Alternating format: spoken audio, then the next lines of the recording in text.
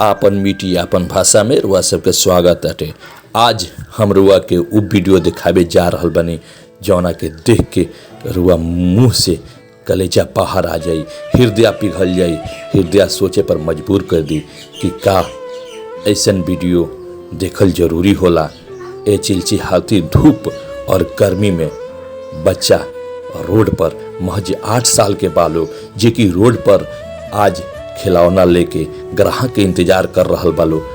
ये बच्चन के का मालूम कि लॉकडाउन का होला, कोरोना कहाँ से आयल, कोरोना की लेके आयल, कोरोना आखिर होखल चाहत रहे कि ना होखल चाहत रहे। ये लोग के कुछ मालूम नहीं खे। खसा ये लोग के ई मालूम बा कि आज हम रोड पर निकलब तो एगो खिलौना बिकी, तो आज हमार कुछ जुगाड़ हो जाए, कुछ खाए पिए के जुगाड़ हो जाए। ये लोग को कुछ मालूम नहीं थे कि लॉकडाउन का होला। केवल ग्राहक के इंतजार में ये लोग रोड पर निकल गए। लोग ये चिलचिलाती धूप में, ये कोरोना काल में मौत के डर की करा नहीं सतावत, लेकिन जब पेट के आग लाग जाई तब मौत के ठोकर मार के रुआ रोड पर आ जाए और रोड पर खाए के इंतजाम करे लागब। रुआ ओ टाइम में ई ना महसूस हुई कि मौत आए वाली बिया कि मौत जाए वाली बिया। जैसे इन बच्चन के नइखे महसूस होखत। मास्क नीचे करके सबसे बात कर रहल बानी कुल बच्चा। सबसे ज्यादा ये लोग के पेट के आग जरूरी बिया। मौत आइबे करी जाइबे करी, लेकिन आज एक रोटी के सवाल बाटे। एक रोटी मिल जाए तब मौत से लड़ाई लड़े में भी अहम भूमिका निभाई लोग। आज हम उन गणमान्य व्यक्ति और नेताजी लोग से पूछब कि जिस टाइम में पटना के गली और पटना के रोड बिजी हो जाला, वो टाइम में पूरा फोर्स और प्रशासन लगा कर रोड के खाली करा दिहल जाला और वो टाइम में काफिला रुआ सब के सायरन बजावत एकदम रोड पर चीरत निकल जाला। आज रोड खाली बा तो रुआ कहाँ बनी? रोड पर निकली खलसा एसी रूम में बैठ के कोरोना काल के वीडियो देख के और रुआ आंकड़ा बतावल ठीक नहीं लागत। आज उ गरीब रोड पर बाड़न जेकरा भोट से रुआ ओ एसी रूम में ओ चेयर पर बैठल बानी, जौना चेयर पर बैठ के एक कोरोना काल के वीडियो देख रहल बानी। आज तो फोर्स और पुलिस के कोई जरूरत नहीं थे। अपन शीशा चगाई और शीशा चगा के कोरोना से बच के रुआ बाहर निकली और कम से कम ये बच्चन पर ध्यान दी, वो गरीब पर ध्यान दी जौन की रोड के किनारे बैठ के महज खाए के इंतजार कर रहल बा कि कोई 2 रुपया दे दे। ये ऋतिक और खुशी के चेहरा पर जरा सा भी खुशी के नजर नहीं खे आवत। केवल परेशानी ही परेशानी दिखाई दे रहल बा। खुशी तो नाम बा, लेकिन चेहरा वो खुशी नहीं दिखाई देबत जौन खुशी नाम के अनुसार ए लोग के दिखाई दिहल चाहत रहल ह। एक खुशी से उस सज्जन नरेंद्र जी जब बात कैलन तो जवाब ऐसा निकलल जौन की जवाब दिल पर,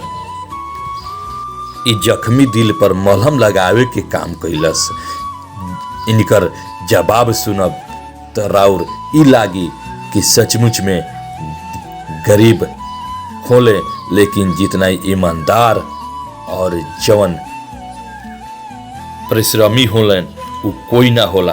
देखी एक खुशी के उस शब्द के रुआ के सुनाइब हम रुआ सुनब कि जब नरेंद्र जी सवाल पूछलन कि का समाज से लड़ लेबू, तो ई का कहली कि हम समाज से कैसे लड़ लेब, का करी ना। पढ़ाई लिखाई के बारे में पूछलन कि पढ़े के उम्र बटुए, तो ई का कहली कि हम खिलौना बेच के पढ़ लेब। बाहरे हमरा देश के नारी समाज से लड़ लोगी, देश के वो बच्ची कैसे लड़ोगी? जब किसी का खाते नहीं तो किसी का सुन। नरेंद्र जी के सवाल के जवाब ऐसा दिखली कि जौना के सुन के जमीर जाग उठल।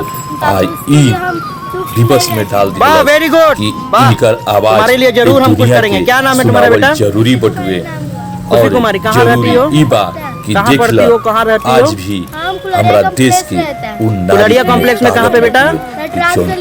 नटराज गली। पापा क्या करते हैं? पापा क्या करते हैं?